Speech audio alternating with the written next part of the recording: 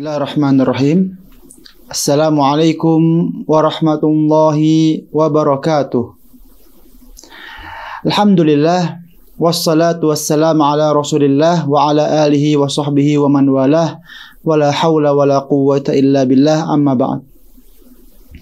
Sahabat Al-Ma'tu TV yang dirahmati Allah Subhanahu wa taala dimanapun Anda berada, insyaallah pada kesempatan kali ini kita akan lanjutkan pembahasan kitab Al-Bidayah wan Nihayah yang dikarang oleh Al-Imam Ibnu Katsir rahimahullahu taala. Terakhir kita sudah membahas penaklukan Irak, yang dimana pada masa kekhalifahan Abu Bakar Siddiq, setelah beliau mengirimkan pasukan ke Usama bin Zaid ya, ke Syam, kemudian melawan pemberontakannya, kemurtadan di Jazirah Arab. Kemudian beliau pun melakukan penaklukan Irak, yang dimana Abu Bakar Siddiq mengirimkan 3 pasukan. Beliau mengirimkan 3 pasukan ke arah yang berbeda-beda, bukan melalui satu pintu ya. Ini diantara strategi Abu Bakar di dalam menaklukkan Irak.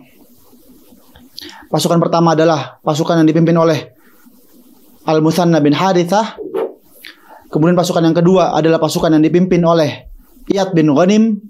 Dan pasukan ketiga adalah pasukan yang dipimpin oleh Khalid ibnul Walid radhiyallahu anhum. Ketiga pasukan ini melewati jalan yang berbeda. Sebagian dari timur, sebagian dari barat, dan sebagian dari selatan. Dan di mana ketiga pasukan ini diharapkan nanti akan bertemu di jantung Irak. Maka pada pertemuan yang sebelumnya sudah dibahas bahwa Abu Bakar Siddiq ketika mengutus pasukan-pasukan ini, beliau pun berwasiat kepada kaum muslimin, kepada panglima kaum muslimin ya, yaitu agar senantiasa berbuat baik kepada rakyat sipil ya. Makanya disebutkan ketika nanti Irak ini dikuasai ya, sebagian wilayahnya dikuasai oleh kaum muslimin, maka rakyat sipilnya ini ternyata lebih senang dikuasai oleh kaum muslimin daripada oleh Persia. Karena perlu diketahui ya, sahabat Al-Ma'tu TV, Persia ya, Romawi ini adalah kerajaan kerajaan otonom ya, yang dimana terdiri dari kerajaan-kerajaan kecil. Jadi ada kerajaan-kerajaan kecil, kemudian memiliki raja, kemudian dia ini tunduk dengan kerajaan yang lebih besar, yaitu kerajaan Persia. Maka disebutkan ketika penaklukan Irak ini, rakyat-rakyat yang berhasil wilayah-wilayah yang berhasil dikuasai oleh kaum muslimin, ya rakyat-rakyat sipilnya, mereka lebih senang diatur atau dikuasai oleh kaum muslimin daripada oleh orang-orang Persia, meskipun harus bayar jizyah. Ya. Nah, maka disebutkan sebagian mereka ada yang masuk Islam langsung ya, sebagian mereka pula ada yang melawan ya, karena tidak mau masuk Islam, maka mereka melawan dan akhirnya membayar jizyah ya. Atau sebagian mereka ada yang membayar jizyah, dan sebagian yang ketiga ada yang melawan ya. Saya ulangi lagi ya, bahwa sebagian mereka penduduk Irak ini ketika dilakukan penaklukan ada yang langsung masuk Islam. Ini yang diharapkan oleh kaum muslimin ya, tidak terjadi pertempuran dan tidak perlu bayar jizyah. Ada pula yang bayar jizyah dan tidak terjadi pertempuran. Ada pula yang dia tidak mau masuk Islam, tidak mau bayar jizyah, maka terjadilah pertempuran. Dan beginilah terjadinya pertempuran kaum muslimin ya, selalu melalui 3 fase ini. Maka disebutkan sampai tibalah Khalid bin Walid ke Farjul Hind. Ya, Farjul Hind ini suatu wilayah di Irak. Maka di sana ada sebuah panglima atau ada seorang panglima ya, yang bernama Hurmuz. Hurmuz ini panglima Persia ya. Dan dia termasuk penguasa Ubullah. Ubullah suatu wilayah di Farjul Hind. Maka Khalid bin Walid ketika mendatangi Hurmuz ini ya, ketika ingin datang ke Farjul Hind, Khalid bin Walid pun mengirim surat terlebih dahulu. Ini sebagaimana biasanya. Sebagaimana biasanya. Beliau menulis surat, aslim taslam ya. Engkau masuk Islam, maka engkau akan selamat. Namun disebutkan bahwasanya kata Khalid bin Walid dalam suratnya ya, masuk Islam engkau akan selamat. Kalau engkau tidak masuk Islam, maka aku akan mengirimkan pasukan yang lebih cinta kepada kematian, ya, lebih cinta kepada kematian sebagaimana kalian mencintai kehidupan. Ya. Maka ketika surat ini dibaca oleh Hurmuz ya, maka surat ini pun langsung di forward ke Kisra. Langsung dikirimkan ke Kisra surat Khalid bin Walid ini. Nah, maka akhirnya terjadilah peperangan. Terjadilah peperangan antara Khalid bin Walid dengan Hurmuz. Pasukannya Khalid dengan pasukannya Hurmuz. Yang dimana terjadinya di Kadhimah. Ya, terjadinya di Kadhimah. Dan perang ini adalah perang pertama, ya, perang pertama yang terjadi di Irak. Disebut dengan perang Dzatus Salasil. Perang Dzatus Salasil. Itu perang disebut dengan Dzatus Salasil karena pasukan-pasukan Persia mereka dirantai satu sama lain dengan rantai. Ya. Nah, apa tujuan mereka dirantai ya? Disebutkan agar tidak kabur. Agar pasukan Persia ini tidak kabur, makanya mereka dirantai satu sama lain. Maka Hurmuz ini, dan ini bentuk kekejaman Persia ya. Karena Persia ini adalah imperium yang kejam terhadap rakyat-rakyatnya sendiri. Maka Hurmuz ya, akhirnya Hurmuz pun membagi pasukannya menjadi dua bagian, sayap kanan dan sayap kiri. Ini Hurmuz panglima tertingginya. Kemudian membagi dua, pasukan sayap kanan dan pasukan sayap kiri. Pasukan sayap kanan ini dipimpin oleh Kubaz, salah seorang panglima juga, komandan sayap kanan. Adapun sayap kiri maka dipimpin oleh salah seorang bernama Anushagan. Anushagan. Ini nama Persia agak sulit ya. Nama Persia memang kalau kita baca sejarah kebanyakan susah untuk dilafazkan ya. Jadi yang pertama Kubaz atau Kubaz ya. Yang kedua adalah Anushagan. Dan keduanya adalah masih keluarga dari Kisra. Keduanya memiliki hubungan kekeluargaan dengan Kisra ya. Kubaz dengan Anushagan ini. Dan sahabat Al-Matuq TV yang dirahmati oleh Allah Subhanahu wa taala, pada saat perang Dzatus Salasil ini jumlah pasukan Persia sangat banyak sekali ya. Disebutkan bahwasanya jumlah mereka berjumlah 100.000 pasukan. Ya. Dan begitulah ya. Kalau kita lihat sejarah, kebanyakan Persia ini ya, mereka mengandalkan jumlah. Mereka selalu mendatangkan pasukan yang dengan jumlah begitu besar ya, melawan pasukan yang lebih sedikit. Kebanyakan demikian. Adapun soal kekuatan ya, mungkin beliau tidak sekuat pasukan Romawi. Namun jumlahnya sangat banyak sekali ya. Maka disebutkan pasukan kaum muslimin hanya sekitar 18.000. 18.000 melawan 100.000. Adapun panglima Persia ya, yang bernama Hurmuz tadi, beliau adalah orang yang terhormat. Ya. Wibawanya sangat tinggi di depan pasukan-pasukannya. Dan ada kebiasaan, bukan kebiasaan ya, ada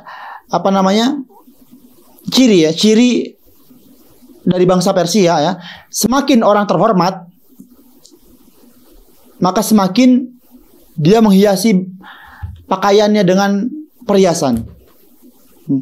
Maka disebutkan Hurmuz ini panglima tertinggi Persia, dia menghiasi pakaiannya dengan perhiasan-perhiasan. Disebutkan pecinya Hurmuz ya, atau tokiyahnya ya, yaitu seperti topi ya, seperti topi yang menutup kepala Hurmuz. Ini harganya 100.000 dirham. Dalam riwayat yang lain 100.000 dinar. Ini luar biasa. 100.000 dinar ini kalau dikalikan 1 dinar adalah 4/4 gram emas ya, 4 juta berarti sekitar berapa ya? Mungkin 4 miliar ya. Kalau di dirham itu pun juga banyak ya. Perak zaman dulu berbeda dengan perak sekarang ya.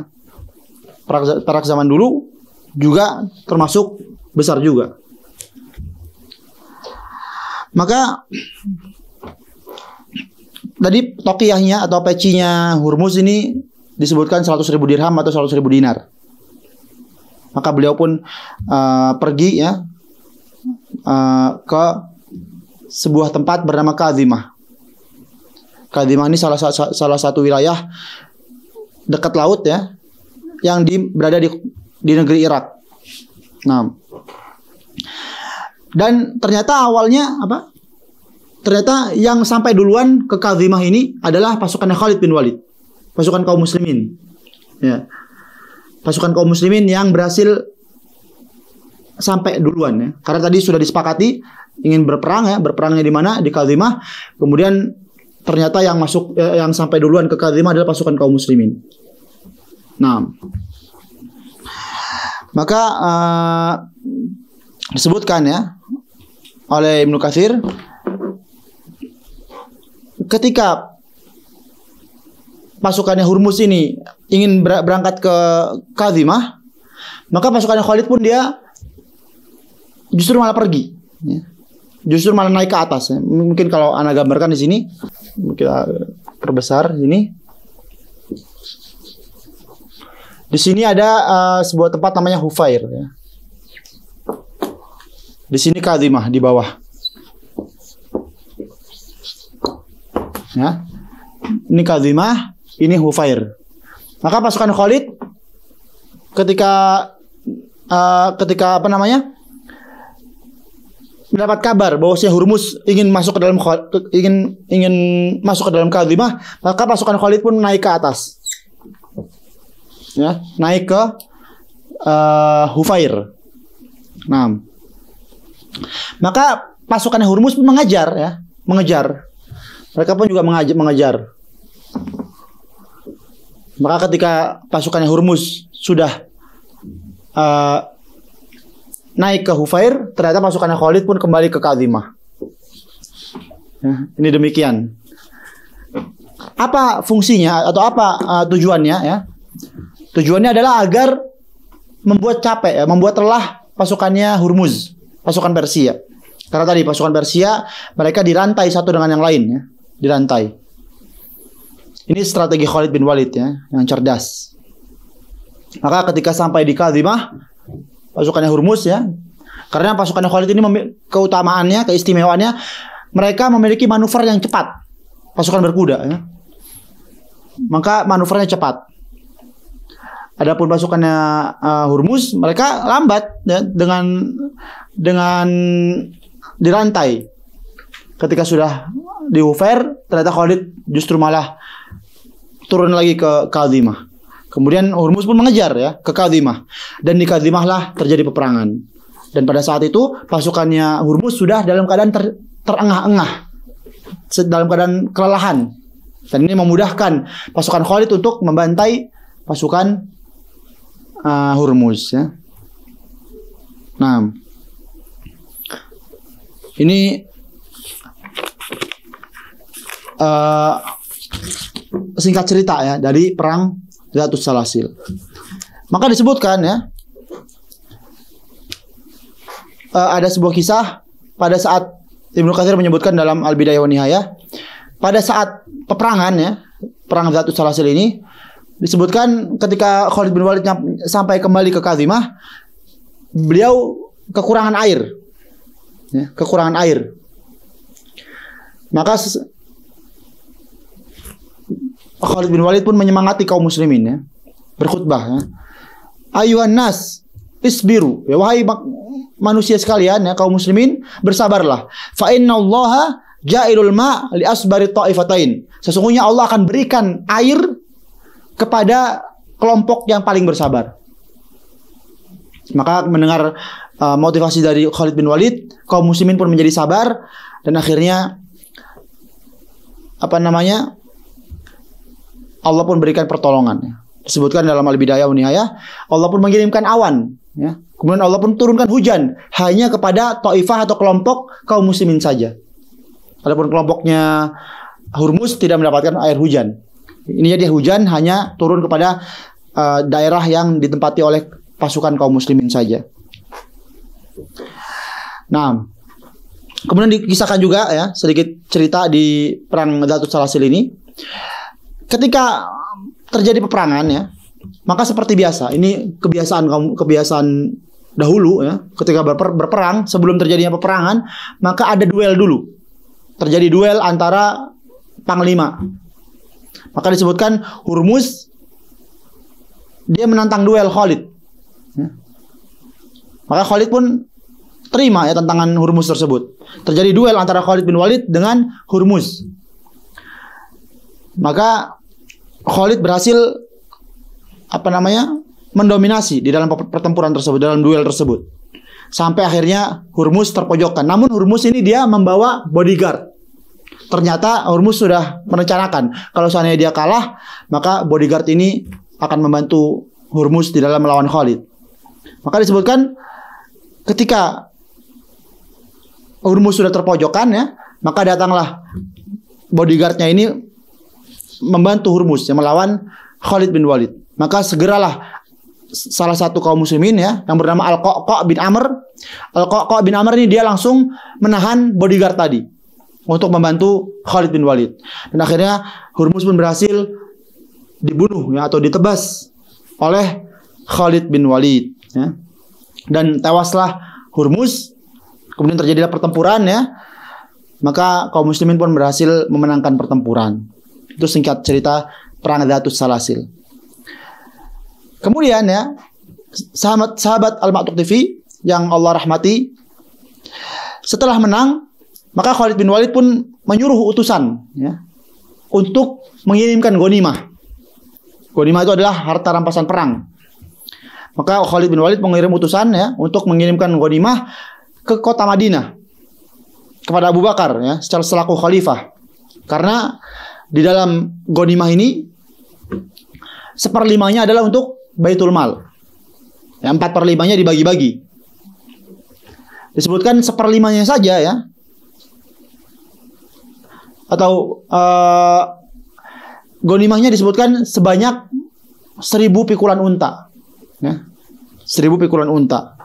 Ini luar biasa banyak sekali. Berarti 1/5-nya 200 pikulan unta ya. 200 pikulan unta dikirimkan ke kota Madinah. Nah, adapun dua panglima Persia tadi ya, Qubas, Anushagan, ini juga tewas ya. Adapun pasukan Persia maka tewas. Sampai-sampai panglimanya pun juga tewas ya. Tadi Hurmuz dibunuh oleh Khalid bin Walid, Qubas dan Anushagan tadi panglima komandan sayap kanan dan sayap kiri itu pun juga ikut tewas ya. Maka kaum muslimin pun berhasil mendapatkan ghanimah ya. Tadi dikirimkan ke kota Madinah. Ada kisah lucu ya yang disebutkan oleh Ibnu Katsir di dalam Al-Bidayah wa Nihayah. Ketika kaum muslimin berhasil mendapatkan ghanimah ya, kemudian dikirimkan 1/5-nya ke kota Madinah, maka di antara ghanimah-ghanimah tersebut ada gajah-gajah. Gajah-gajah karena memang ciri khas ya atau syiarnya Persia ini adalah hewan gajah. Mereka membudidayakan gajah. Bahkan di antara pasukan mereka adalah ada pasukan bergajah di pasukan Persia. Maka ketika dikirimkan gajah-gajah tersebut ke kota Madinah, maka wanita-wanita di kota Madinah pun teriak. Teriak. Maka berkata, "Amin khalqillahi hadza am syai'un masnu'." Ya. Kata para wanita kota Madinah ya, apakah ini termasuk ciptaan Allah atau sesuatu yang dibuat oleh manusia? Karena memang wanita-wanita di kota Madinah tidak biasa keluar ya. Karena mungkin juga gajah sedikit di Jazirah Arab. Kemudian wanita-wanita juga jarang keluar rumah. Yang keluar rumah adalah para laki-laki. Maka mereka jarang melihat, atau mereka bahkan tidak pernah melihat hewan gajah. Mereka terpesona dengan adanya hewan yang besar seperti itu ya. Hewannya besar ya, kemudian telinganya lebar ya. Demikian ya. Ini disebutkan oleh Ibnu Katsir. Namun akhirnya Abu Bakar pun memerintahkan Zuhair bin Kulaib, ya, salah seorang sahabat Zuhair bin Kulaib ini untuk mengembalikan gajah tersebut kepada Khalid bin Walid. Gajah-gajah tadi akhirnya dikembalikan kepada Khalid bin Walid. Dan salapnya ya tadi ya, salap itu apa? Salap adalah sesuatu yang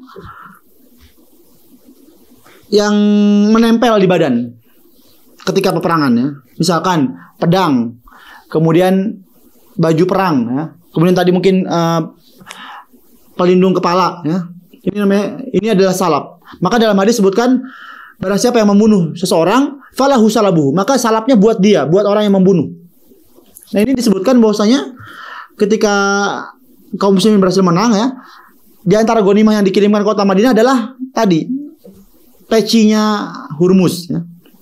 Maka ini pun dikembalikan kepada Khalid bin Walid karena memang yang membunuh Hurmuz adalah Khalid, maka yang berhak untuk mendapatkan peci tadi adalah Khalid bin Walid, ya.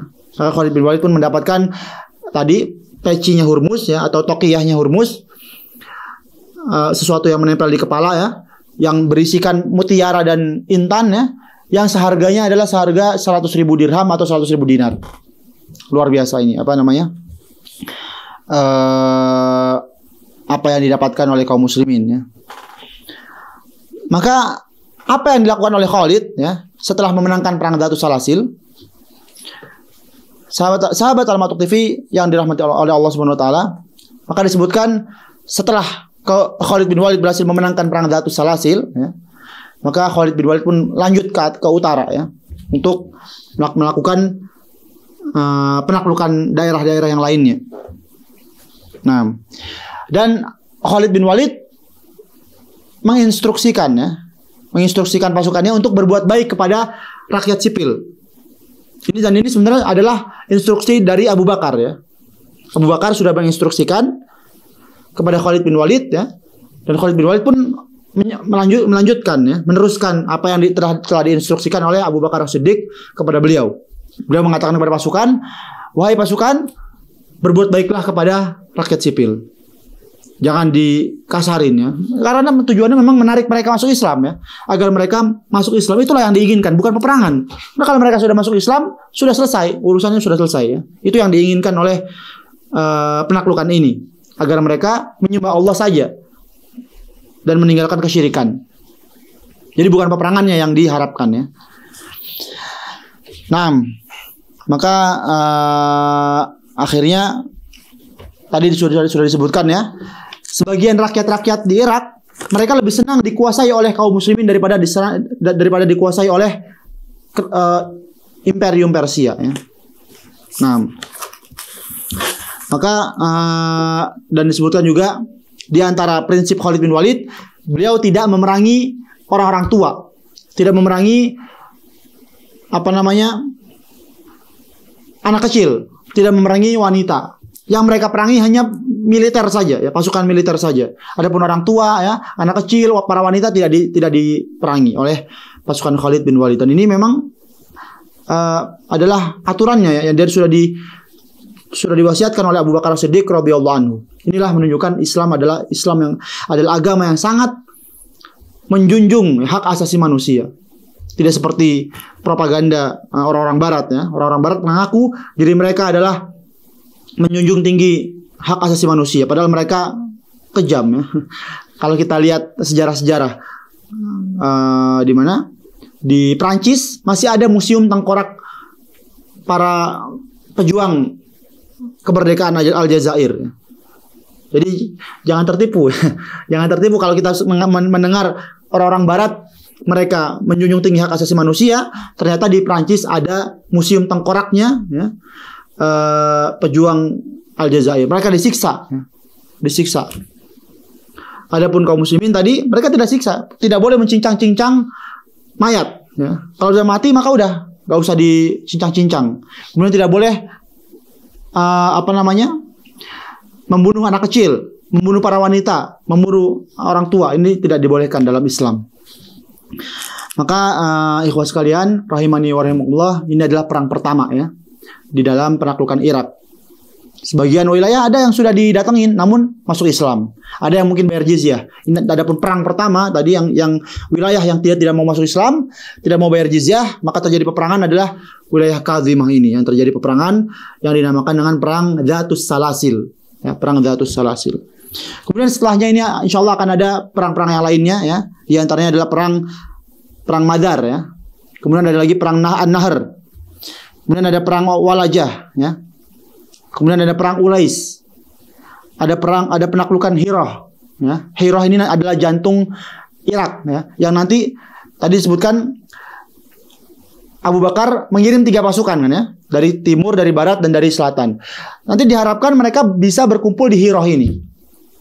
Sehingga bergabung, 3 pasukan ini bergabung.